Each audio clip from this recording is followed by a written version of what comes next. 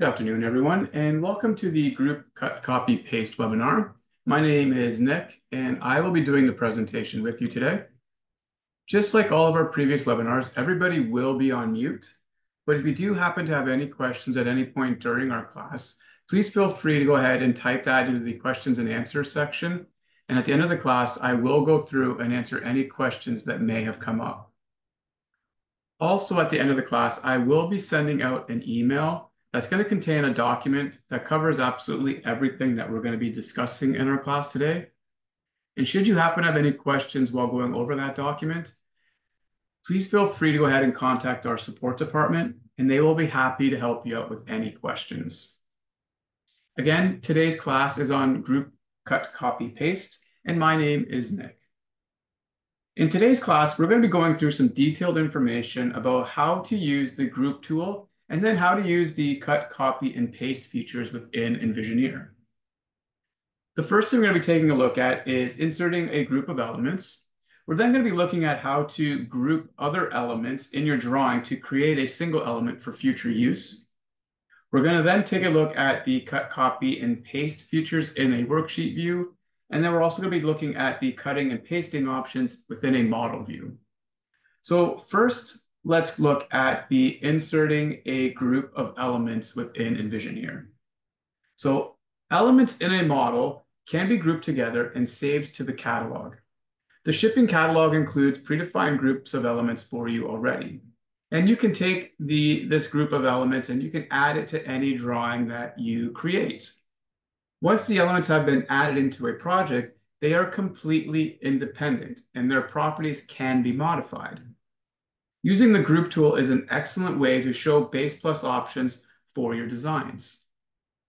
So let's take a look at inserting a grouped element. So to do that, what we're going to do is we're going to go up and I'm going to show you two different ways of doing it. It all really depends on what you're most comfortable using. There is a menu format. So if you go up to the top, you will see the menu. So you have File, Edit, View, and Insert. Under Insert, you will see an Insert Group option. If you like to use the buttons, underneath the Building tab, if you move over two boxes, you're going to see, or two buttons, you're going to see the Insert Group option. So both will take you to the same place. It's just a matter of what you're most comfortable using. I am a button guy. I like having the actual visuals there. So I'm just going to select on the Insert Group button. And the catalog will now populate on the right-hand side with all the different groups that have been predefined for us. And the one I'm going to bring in is actually just the sunroom. So I'm going to click on sunroom. And you can see that attached to my cursor, I have that sunroom. And it's going to be attached to my cursor. And I can bring that in and I can actually just drop it so that it snaps to the edge of the wall. And I'm just going to bring that in right there. So I've now just inserted that group of elements and I've positioned it into my drawing. Now, in the actual properties, so if I go over to the catalog on the right-hand side and I double click on sunroom, just to give you an idea of what this is, it is an actual group of elements that make up the sunroom. So it's going to have the ceiling fan, it's going to have the accent chairs, it's going to have the coffee table, the roof, the floor, the ceiling, the walls themselves, and then it's going to have the windows, the baseboards, all of that will be included. So all of these elements together make up this sunroom. And when I insert it, it inserts as an actual group. So everything is linked together. But once it's inserted into the drawing, it is now individual elements. So I can individually select an element and I can delete it out. I can select an element and I can update it. Maybe I want to change the material on it, or I want to change the color of the walls. All of those can now be updated individually. Since I've also added this in as a group, it's broken the wall up for me. So now I'm seeing the actual walls have a break. So I can delete that entire wall out, or more realistically, what would probably happen here is I would probably add in an opening. So I would select an opening. I would just grab a 6-foot by 6'8" opening, and I would drop that in and place it into my design. So all I've really done here is added in a new group. added in an opening, and I've now created a new sunroom onto my design. And I'm just going to add in a new camera looking in through that area.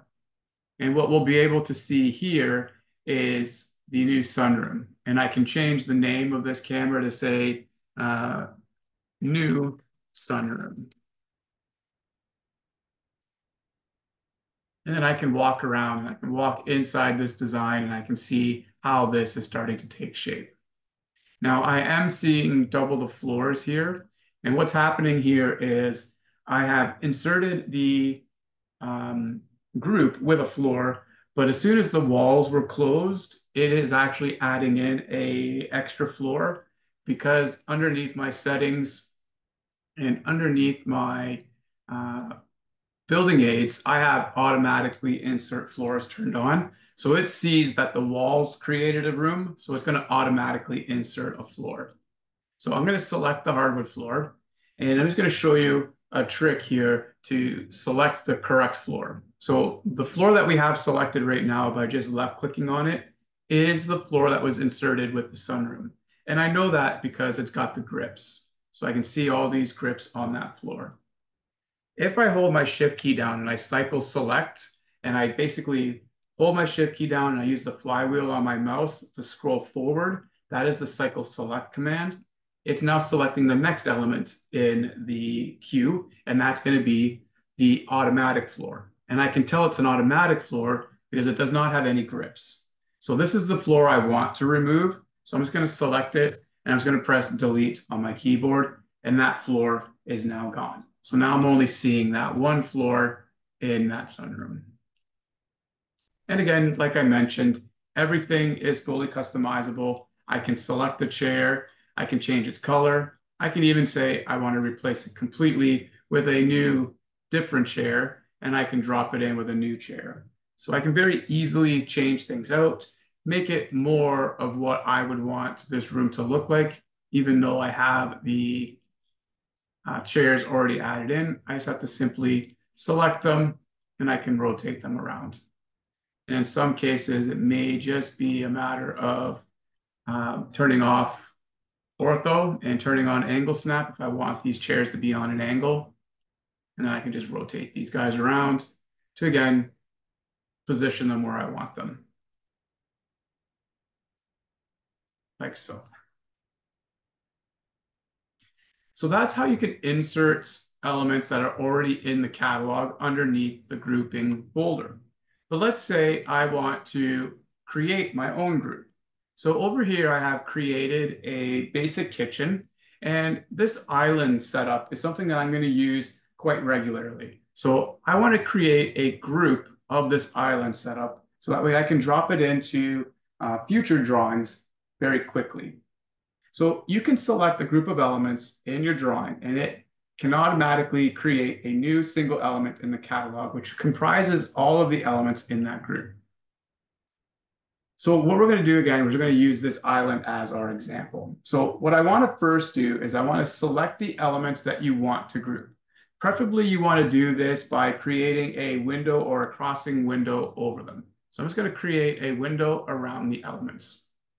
That selects everything. And I can see that there's 5 objects selected if I look in the lower left-hand corner. So I'm going to see that I have 5 objects selected. And now all I have to do is go up to Edit,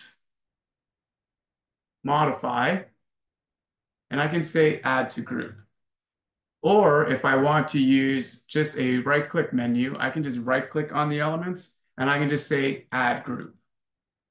It's then going to ask you to pick an insertion point. So when you pick the insertion point, ideally you want to pick something that is going to be relevant to you, maybe the end of a cabinet, maybe the middle of a cabinet. You can choose whichever option you want, depending on the group of elements that you're trying to insert. I'm going to pick just the end of the cabinet right here, and I'm going to left click once. And it's now showing me what the elements are. And I can see I have 2 lights. I have 1, 2, 3 countertops, or sorry, cabinets, and then I have a sink. So all of these elements are being included, and all I have to simply do is give it a name, and I'm going to call it Basic Island layout. And I'm going to say, okay. And what this will do is it will now save that element to the catalog.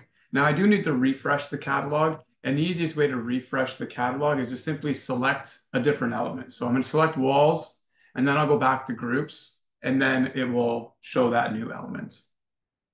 And when I click on that new element, once again, we're going to see all of the elements that we use to create that. And now I can bring my mouse in, and I can use my snap tracking here just to place this in, and I'm just going to kind of wing it on the actual placement. But since I have snap track enabled, I can see that it's going to run in a straight line from that endpoint, and I can just simply left click to drop that new island into my design. And again, just like when we added in the sunroom, each of these elements are individual. I can select them, I can edit them, I can select the lights, replace them, adjust them. I can do whatever I need to do once it's been inserted into my drawing. So that is inserting groups, and that is also how you can create your own groups. So what we're going to do now is we're going to move on to the cut, copy, and paste within a worksheet view. So you can cut or copy an object from one worksheet and paste it into another worksheet using the cut, copy, and paste tools. So what we're going to do is we're going to select an object. So let's go to a worksheet. So I'm just going to zoom out here. I'm going to go to my floor plan worksheet. And in my floor plan worksheet, let me see if I have something already copied in here. I do not. So we're just going to go to our floor plan worksheet. And what we're going to do here is we're going to select something. So let's, as an example, say I want to insert a smart view. So I'm just going to go define smart view. I'm going to zoom in on this, and I'm just going to say inserts. I'm going to drop in that plan. So what I can do from here is I can select that view or that smart view, and then I can just simply go up and select edit, and I can cut it or I can copy it. Let's say cut. And when you say cut, it removes it completely. Within that worksheet, I can go to a completely different worksheet. So I can go to elevations, I can go to details, I can go to anywhere within that drawing, and I can actually just paste it in. So I'm just going to go in and say edit, paste. And what it will do is it will now paste that smart view in. So you can do smart views. You can do actual details. Like on this page here, we have detailed DWG files. So I can just simply select these objects and I can say I want to copy them, I want to cut them, and I just paste them wherever I want. So it doesn't have to be just smart views. You can do lines, you can do blocks, you can do anything that you want when it comes to the cut and copy features. So again, we're just going to go up and we're going to say edit, copy, and then we're going to go edit, paste, and then we're just going to paste this in. Again, I'm going to use the snap tracking feature here to snap this in so it stays in line. And then I'm just going to go in and say paste. And I've now pasted in the exact same details, but you can get the idea of how to cut and copy and paste within a worksheet. Just a quick note here, if you want to copy an object within the same worksheet, you may want to use the modify duplicate tool instead of the cut or copy feature so that you have better control over its placement. So in this case, I actually went in and I did a copy. You can also use a duplicate tool. So you can just select the objects, right click, duplicate, and I can say I want to duplicate it from here down to here. So the duplicate tool will work the exact same way within a view itself. If I was trying to copy it from one worksheet to another, then I would use the copy command or the cut and then paste command. And that is how you can cut and copy and paste within a worksheet view within your drawings. And you're going to find that there's lots of times where you want to do this, especially with remodel projects where you want to have a view of an existing building, and then you want to take a copy of that and you want to create a new view that's going to show the new work to that, the copy feature is an excellent way of doing that. So now we're going to be looking at cutting and pasting within a model view. So let's go back to model. So again, I'm going to go back to model view. And you can use the cut and paste tools to remove an inserted element and place it elsewhere within your drawing. You can also cut and copy an element from one location and paste it on a different location or to a completely new drawing. So to cut and paste an element within your model view, we're going to select an element to cut. So let's just say I want to cut this object here, and I'm going to paste it over here. So I'm going to go right click. Sorry, not right click. I'm going to select it, and then I'm going to go up to edit.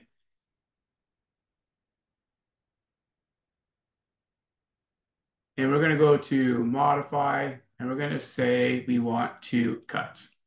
And then we're going to go over here. We're going to say edit and paste, and I can paste it again anywhere that I want to.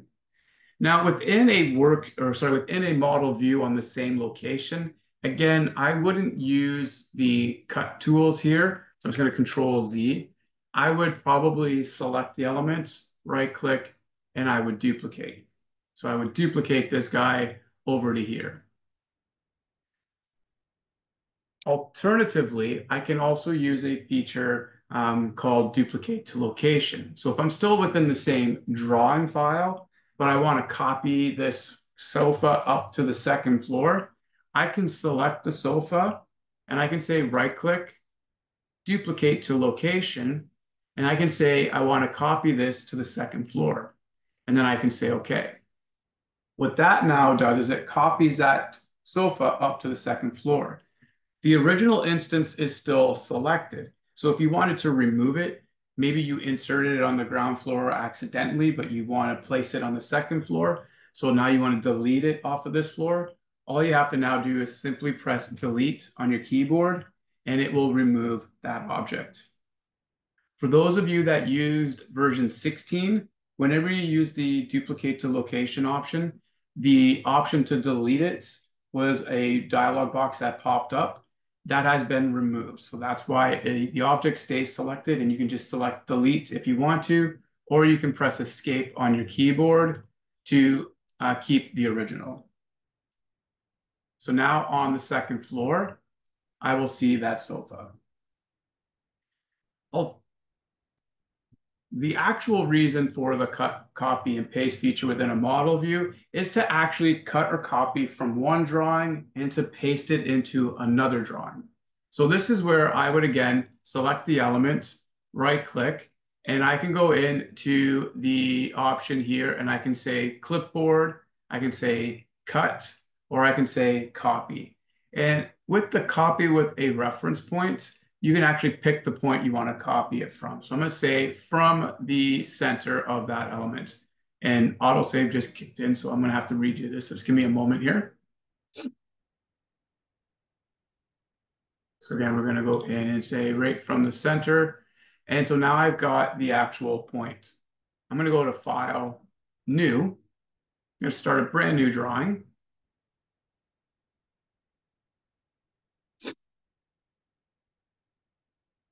And I can now go edit and paste. And now attached to my cursor from that point is now going to be the element that I copied. And I can now paste that into the new drawing.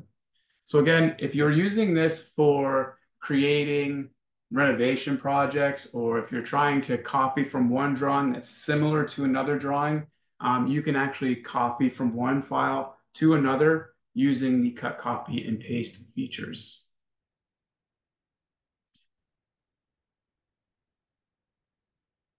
I'm going to close this drawing down. So I'm just going to go File and Close. So I don't want to make any changes to that one. And again, I just want to reiterate what you can do. So you can actually go through, you can create groups of elements to create the actual grouping of the elements that you want to bring over. If you're going to use them more often than not, you can create groups. If it's going to be a one-off from one project to another, then you can just simply select the objects right-click, clipboard, copy, or copy with a reference point. Or if you're just copying it within a drawing, you would just simply select duplicate. And then you can simply select it and bring it over so that it fits exactly where you want in the same file. So that covers everything that I wanted to talk about in today's class in regards to the grouping, cut, copy, and paste features within Envisioneer. So what I'm going to do now is I'm going to open up the question section. I'm going to go over a quick review of what we've covered in today's class. So if you do happen to have any questions, now is your chance to type those in, and I will do my best to answer those for you. So just to review, we have now learned how to use the grouping, the cut, copy, and paste features within Envisioneer. The Insert Group tool allows you to insert a group of elements into your design from the catalog, and then those elements are completely modifiable after they have been inserted. You can group your own elements together and have them be a part of your catalog for future use.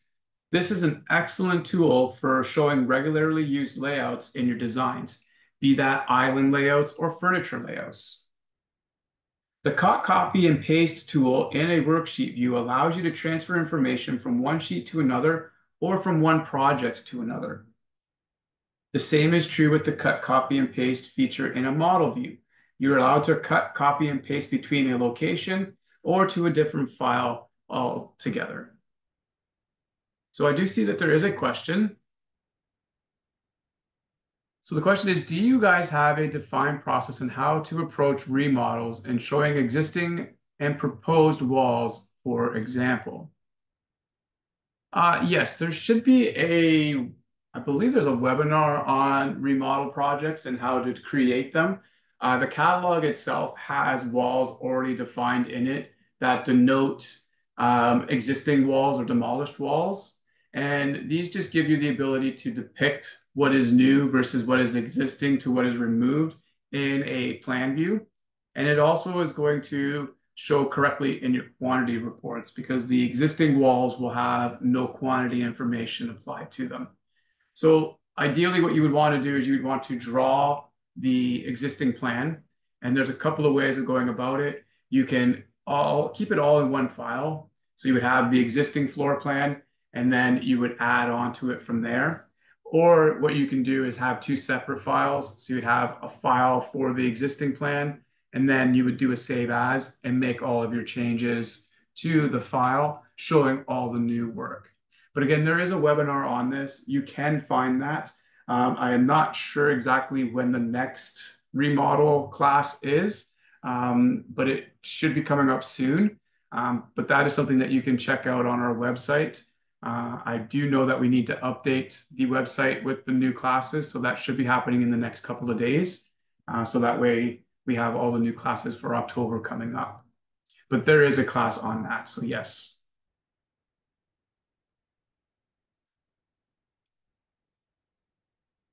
So I'm going to pause here for just another moment just to see if anybody else has any other questions about what we've covered in today's class. Again, this class was recorded and I will be uploading this to YouTube, so you will be able to watch it again. And I'm going to be sending out an email that's going to contain a document that covers everything that we've talked about today.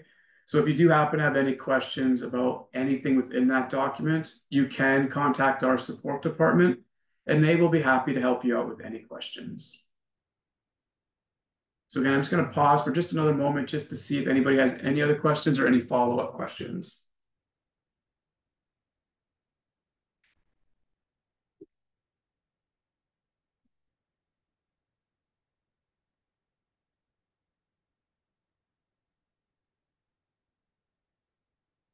All right, perfect. Well, there doesn't seem to be any other questions, and I don't see anybody typing. So I do want to thank everybody for attending today.